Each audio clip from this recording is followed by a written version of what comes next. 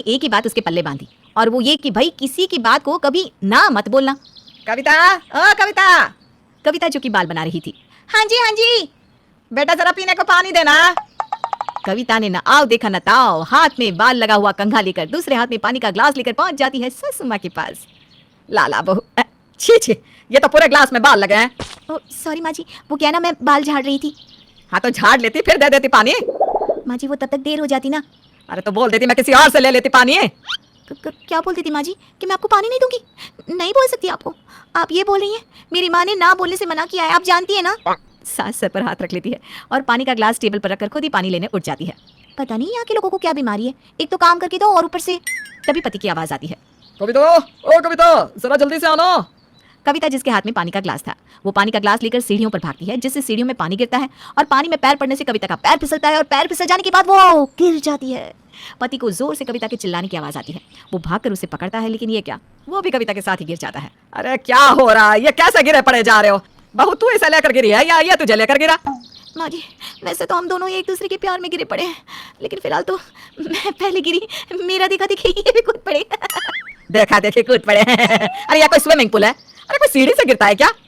अरे माँ, मैंने इसको बुलाया, ये नीचे से पानी का ग्लास लेकर आ रही थी, पानी सीढ़ी पर गिरा, ये पानी में फिसली और ये गिरी और ये चिल्लाई तो मैं आया तो मैं भी गिरी और ओह क्या आया गया, गिरी उठी, क्या लगा रखा है?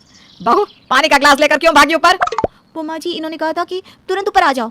तो ग्लास किचन में रखकर चली जाती तो क्या हो जाता? माँ जी प्लीज, अब फिर गलत बात बोल रही हैं। मैं पानी रखने किचन तक जाती तो देर नहीं हो जाती क्या? फिर मैं क्या कहती इनको कि मैं नहीं आ रही हूँ तुरंत, क्योंकि पहले मैं ग्लास रखने किचन में जा रही हूँ। कुछ भी ना माँ जी, आपको पता है ना मेरी माँ ने कहा था कि। अरे तो अब क्या करोगी? बोलो बोलो क्या करोगी? अब गिर गया, सारा कपड़ा खराब, जो काम था वो भूल गया यार तुम ना। पति और सास चले जाते हैं, लेकिन कविता के लिए तो वही एक सवाल रह जाता है, यार मैंने गलत क्या किया? मैं तो टाइम पर हाँ का जवाब दे देती हूँ। जैसे तैसे जिंदगी बहू के साथ चल रही थी। सास देखती कि कविता सारा दिन काम में लगी रहती है, उसे जो जो बोलता वो उस पर हाँ करके काम करने लगती। कविता उनकी छोटी बहू थी, जिसकी हाँ पर हाँ जी का फायदा उसकी बड़ी बहू उठा रही थी। कविता, ओ कविता, जरा ये सब्जी तो काट दे। जी भाभी अभी काट देती हूँ। अरे लेकिन बहू तू तो नाश्ता कर रही है ना, खा ले पहले, वैसे भी पूजा पाठ करते करते तो थक जाती है, खा ले। नहीं माँ जी, मैं पहले सब्जी काट देती हूँ, वरना भाभी को बुरा लग जाएगा।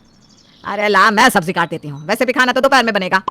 पर माँ जी भाभी ने तो मुझे बोला है ना। कविता सब्जी काट रही होती है कि सास को गुस्सा आ जाता है। कविता ला ये सब्जी मुझे दे और मेरे लिए पानी लेकर आ। वनिता यानी कि बड़ी बहू समझ जाती है कि सास कविता का साथ दे रही है, तो उसे भी गुस्सा आ जाता है। माँ जी, मैंने कविता को जरा से सब्जी काटने को क्या कह दिया? आपको तो बुरा लग गया। मैं जो सारा दिन बैठकर खाना बनाती हूँ, वो कभी नहीं कहा आपने कि ला मैं रोटी बना दूँ। वनिता, कविता सीधी है, उससे कोई काम करवाने से पहले देख लिया करो कि वो क्या कर रही है। सुबह से जाकर अब नाश्ता करने बैठी थी और तुम उसे सब्जी काटने में लगा रही हो। माँ जी तो क्या सब्जी नहीं बनेगी? अरे वो कब खाना खा रही है, क्या कर रही है, ये देखकर घर का काम बोला जाएगा क्या उससे? सब्जी तो कट रही है ना बहू, आप शांत हो जाओ। सास बड़ी बहू को समझा रही होती है कि ननद आ जाती है। अरे मेरी बेटी कैसी है बेटा, कैसे आना हुआ? वो क्या है ना माँ, शाम को जरा बड़ी मार्केट जाना है इनके लिए लुंगी लेने, तो इसके लिए कविता भाभी की वो लाल वाली साड़ी लेने आई हूँ जो आपने उन्हें विदाई में दी थी ना। लाल वाली, वो भारी वाली? तू वो लुंगी लेने जाने के लिए पहनेगी? अरे ऐसा क्या भाई? क्या है माँ, हमेशा मजाक उड़ाती रहती हूँ। कविता भाभी, ओ कविता भाभी। भाभी आ जाती है एक ही आवाज पर। अरे बिट्टी कैसी हो, कैसे आना हुआ? बैठो ना, मैं चाय लेकर आती हूँ। अरे भाभी रहने दो, माँ तब तक और 4 बातें सुना देंगी। आप ना बस वो लाल वाली साड़ी है ना जो विदाई में आपने पहनी थी, वो दे दो ना। कविता थोड़ा शांत हो जाती है, क्योंकि वो साड़ी वो ननद को नहीं देना चाहती है। कविता सास की ओर देखती है, सास समझ जाती है। क्या हो गया भाभी, नहीं देनी क्या साड़ी? तो ना बोल दो। अरे वही बोलना तो नहीं आता है ना, नहीं नहीं बोल पाती है। माँ प्लीज चुप ही करो। भाभी जरा जल्दी लेकर आओ ना, हम लोगों को जाना भी तो है फिर। कविता मन मारकर ननद को साड़ी लाकर देती है। अच्छा भाभी चलती हूँ, वो क्या है ना जरा बाजार। हाँ हाँ लुंगी लेने, वो भी हजारों की साड़ी पहनकर। कविता सास को देखती है और अंदर जा रही होती है कि कविता बेटा, ससुराल में सबकी बात मानना सही है, लेकिन इतना भी हाँ मत बोला करो कि कोई तुम्हारा फायदा उठा ले। पर माँ जी, माँ ने तो कहा था कि ना नहीं बोलना है।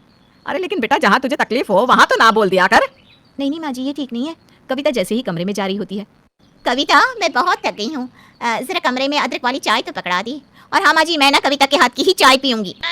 चाची मेरे लिए 1 गिलास पानी ले आना। तभी कविता का पति भी आ जाता है। कविता मेरे कपड़े वॉशरूम में रख दो, मैं नहाने जा रहा हूँ। कविता सभी घर वालों का काम करके सास के पास आती है। सास उसकी हालत देखकर सोचती है कि इसे ना बोलना कैसे सिखाए। अगले रोज, कविता आज तेरे मम्मी पापा आ रहे हैं, वनिता बहू तुम दोनों मिलकर मेहमानों के लिए कुछ अच्छा खाने को बना लेना। माँ जी वो क्या है ना, मैं आज हाथ में मेहंदी लगवा रही हूँ, सावन चल रहा है ना, तो खाना तो नहीं बना पाऊंगी। कविता, तुम्हें तो पता ही है कि तुम्हारे माँ बाप क्या खाने से खुश हो जाएंगे, है ना? तो तुम अकेले ही खाना बना लेना। हाँ जी मैं बना लूंगी भाभी।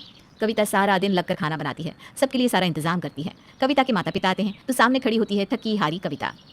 बहन जी, बुरा ना माने तो एक बात बोलूं। वो क्या है ना, कविता शादी के बाद उतनी चमक नहीं रही जैसे शादी से पहले। क्या हो गया, कुछ बात है क्या? उसका कारण भी आप ही है समधन जी। वैसे अब मैं क्या बोलूं, कुछ देर रहिए, खुद ही समझ जाइएगा। बस फिर क्या, कविता खाना लगाती है। एक एक करके खाना लगाकर जैसे ही वो खाना खाने बैठती है, बहू जरा मेरे कमरे से चश्मा तो ले आ। कविता चश्मा लाकर बैठी होती है कि वनिता का बच्चा बोल पड़ता है। चाची मुझे ये नहीं, मुझे मैगी खानी है, मैगी बना कर लाओ। कविता मैगी बनाकर बैठ रही होती है कि जेठानी बोल पड़ती है। कविता, वो मेरे हाथों में तो मेहंदी है ना, तो जरा मुझे एक बड़ा चम्मच धोकर तो देना।